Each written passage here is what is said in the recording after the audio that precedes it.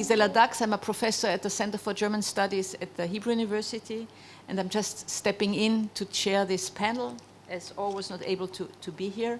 So welcome for our last panel in the regular academic schedule today about sociological perspectives. And we will start with the presentation of Anya Zhuravel Segal. She is a PhD student at the Tzvi School of History at Tel Aviv University. Her dissertation focuses on migrant Russian Jewish intellectuals in the Weimar Republic. Her topics are migration, transnational networks, and cultural transfer. She holds a Master of Arts in Law and Diplomacy from the Fletcher School at Tufts University, Boston, and a BA in Political Science from Moscow State University. And she will talk about the Red City, the Soviet cultural presence in the 1920s, Berlin. Please, Anya. Thank you, Professor Dax.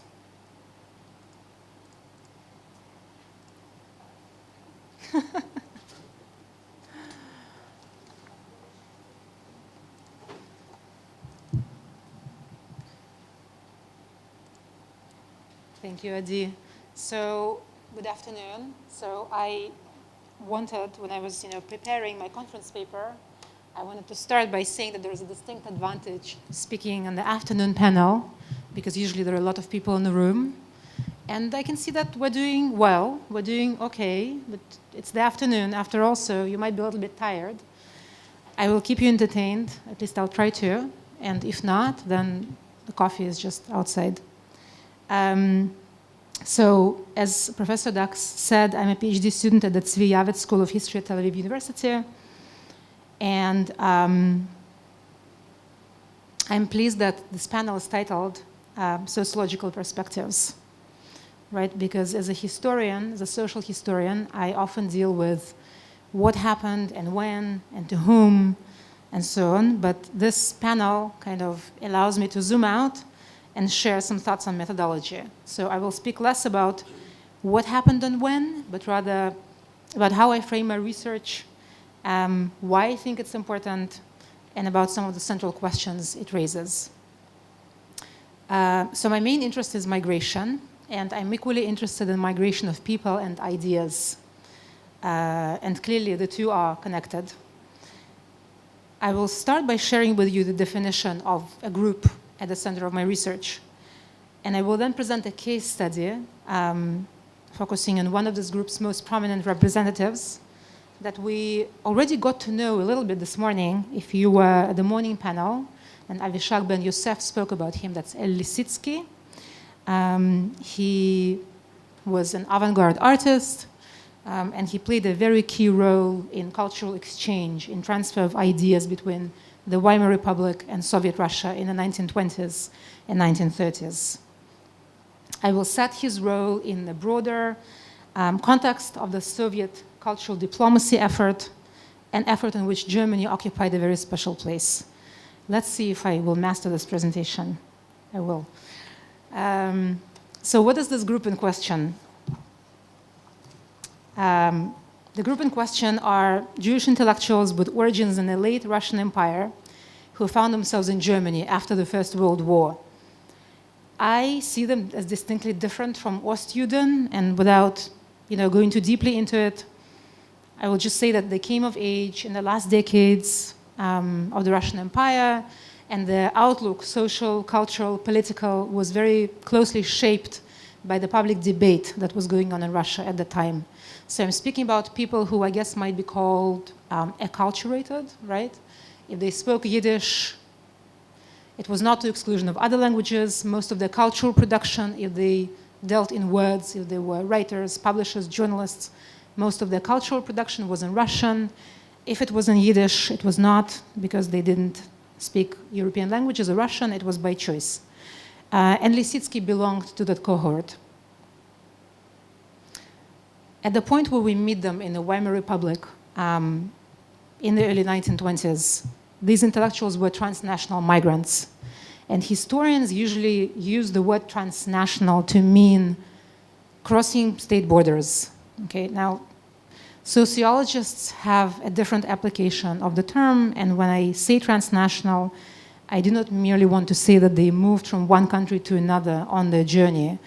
I'm using it in a sense proposed by Nina Glick-Schiller to say that these migrants forge and sustain multi-stranded social relations, linking together their societies of origin and settlement.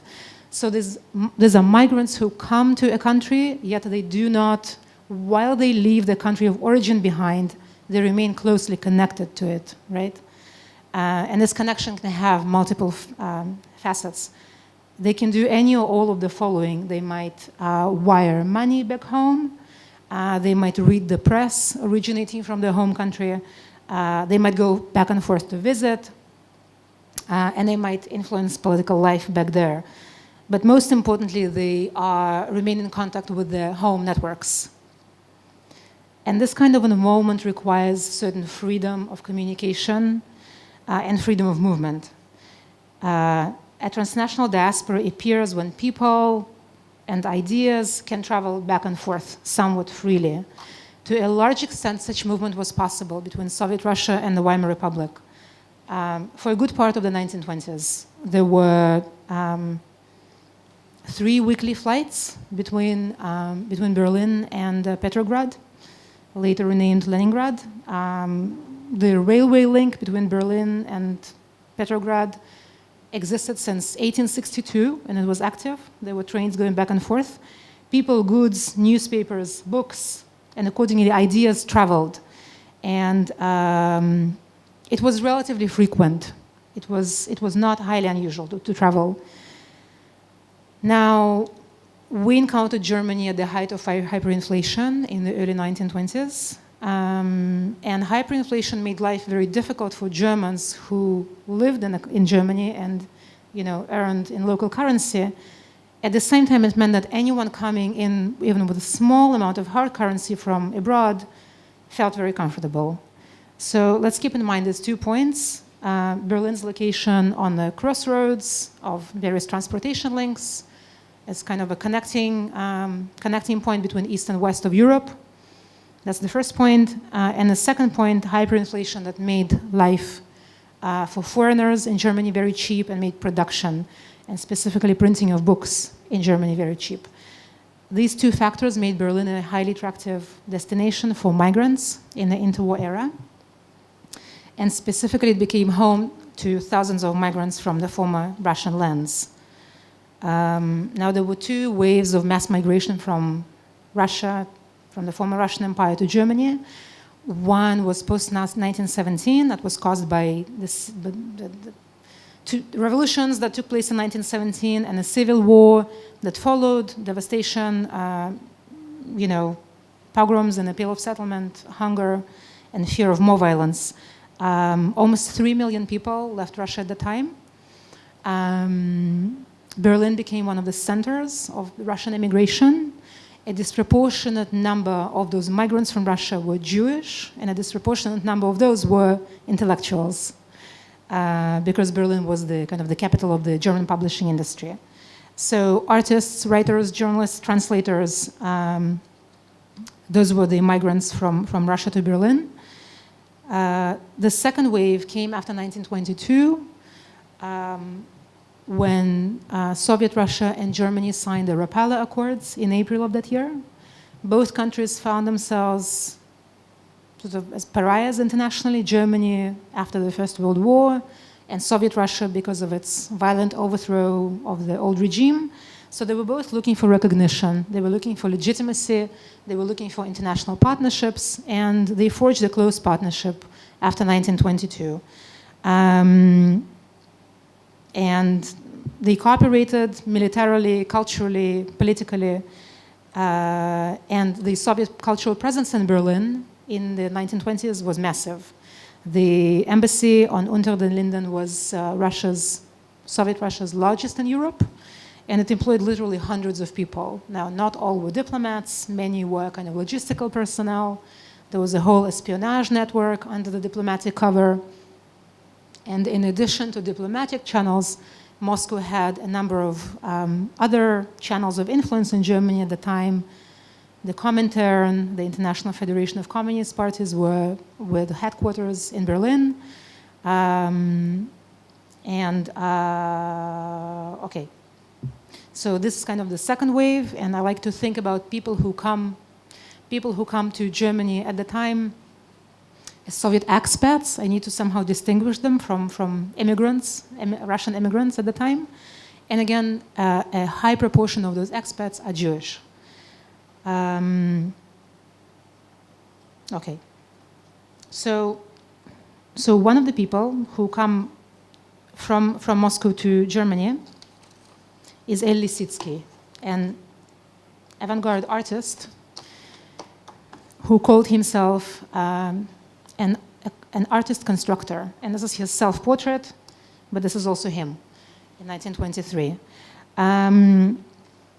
He came to be Moscow's main cultural emissary in Germany in the interwar era. He traveled broadly between the Soviet Union and the Weimar Republic and established very close ties with the crème de la crème of the German avant-garde. He was close to the Bauhaus school. He actually taught in Dessau, and his correspondence and his address books held in his archive, personal archive that was donated to the Sprengel Museum in Hanover about a decade ago, reveal a very, very broad network in Germany. He was born to a Jewish family in Russia in 1890. Just like for many of his peers, for many of his Jewish peers in the Russian Empire, higher education in his home country was out of limits for him because of numerous clauses. And he joined this cohort of thousands of Russian Jewish students who were educated in Germany. He went to Darmstadt, to the Technische Hochschule, and studied architecture there. Eventually, he had to leave when the First World War started, and he finished his education in Moscow. But the basis was really set in Germany. He was tremendously successful in the interwar era with exhibits in St. Petersburg, Berlin, Dresden, Leipzig, and a host of other cities. Probably his most important appearance on the international scene was when he was in charge of the entire design of the Soviet art exhibition titled Die erste russische Kunstausstellung in Berlin. It was pointedly called the Russian art exhibition and not the Soviet art exhibition because it brought together emigre artists, Soviet artists. The exhibition was initiated in order to raise funds to relief for hunger relief in Soviet Russia, but it became a very strong artistic statement of the Soviet avant-garde and was written about and was talked about in Berlin for a long time.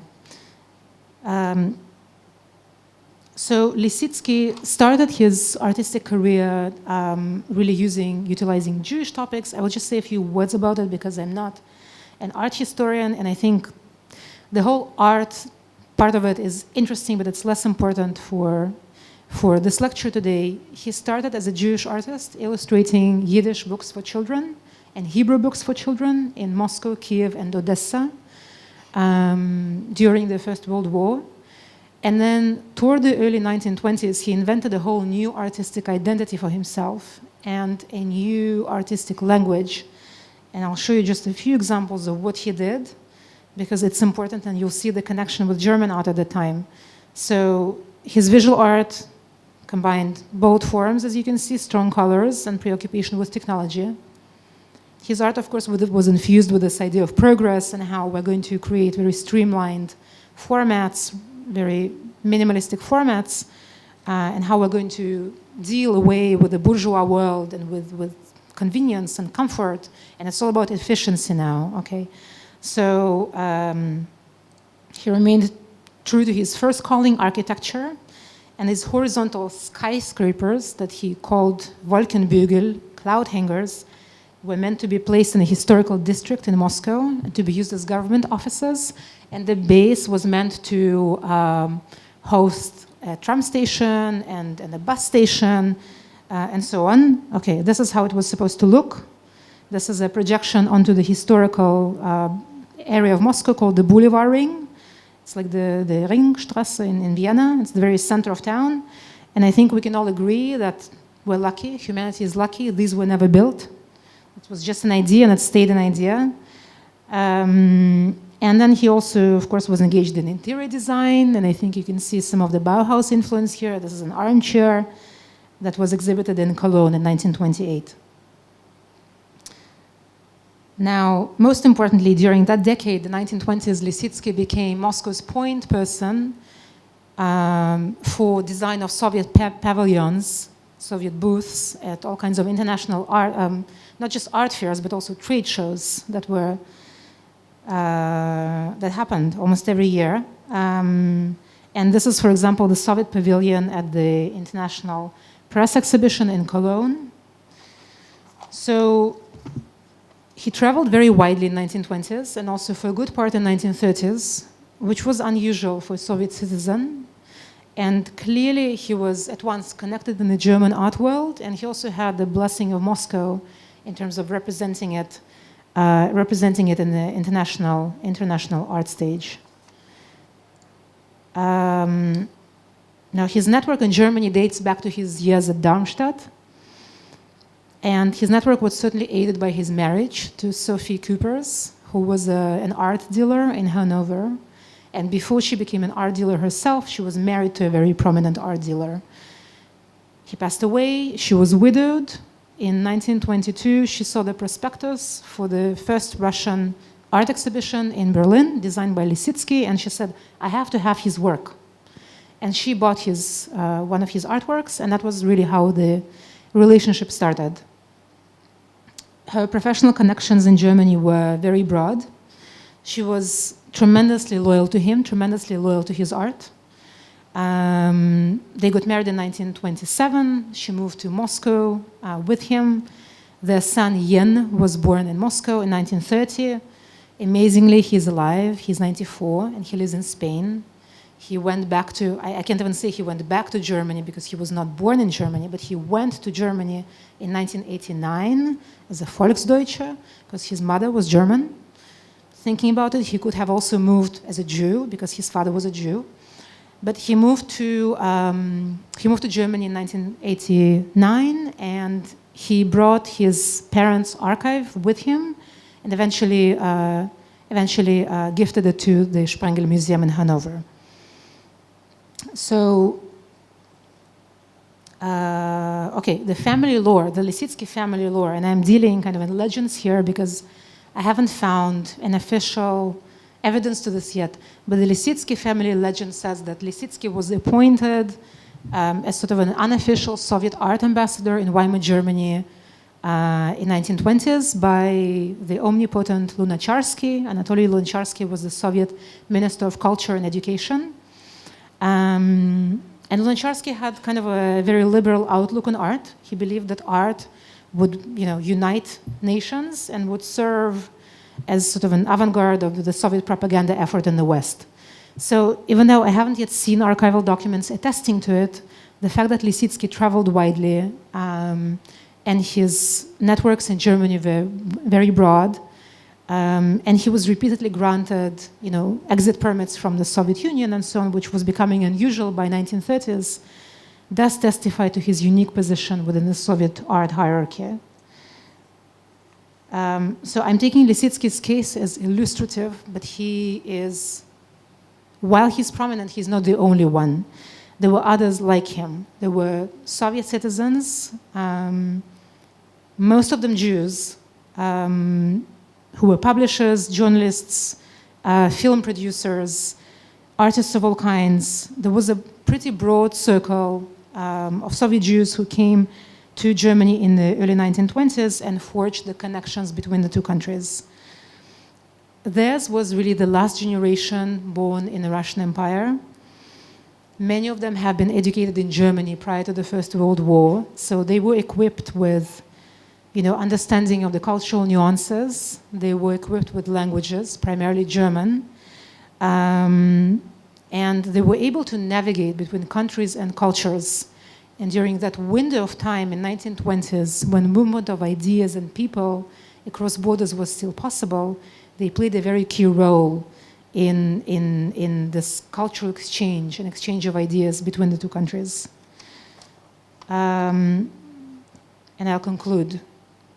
So a confluence of factors at work in Germany in the early interwar years allowed for emergence of significant Soviet cultural presence. The Soviets saw arts and intellectuals in general as kind of the main way to influence hearts and minds in the West, right, to win support for the Soviet agenda. And the Soviet cultural presence was to a large extent facilitated by Jews. Lissitzky, whose case I focused on in this talk, was one of the most prominent representatives of the circle. He was once at home in the German avant-garde milieu and was also attuned to the Soviet cultural agenda, was fully loyal to it. He actively promoted it through his art and engaged with its ongoing interpretation. And this is a prime example of how ideas flowed between Weimar Germany and the Soviet Union in the interwar era. So this unique context of Germany and the Soviet Union looking for legitimacy and finding it in mutual recognition meant that the 1920s enabled for movement of people and ideas across borders. And this kind of intercultural space, the transnational space, existed till about late 1920s, when internal developments both in Germany and the Soviet Union started bringing it to a close. It was increasingly difficult to leave the Soviet Union. The internal climate in Germany was increasingly anti-liberal. And eventually the rise of totalitarian regimes in both countries spelled an end to this flow. Yet the story of cultural transmission between the two countries in the early interwar era, and especially the role the Jews played in it, still awaits further research. And as such, there is ample material for at least one PhD thesis on this topic, and that would be mine. Thank you.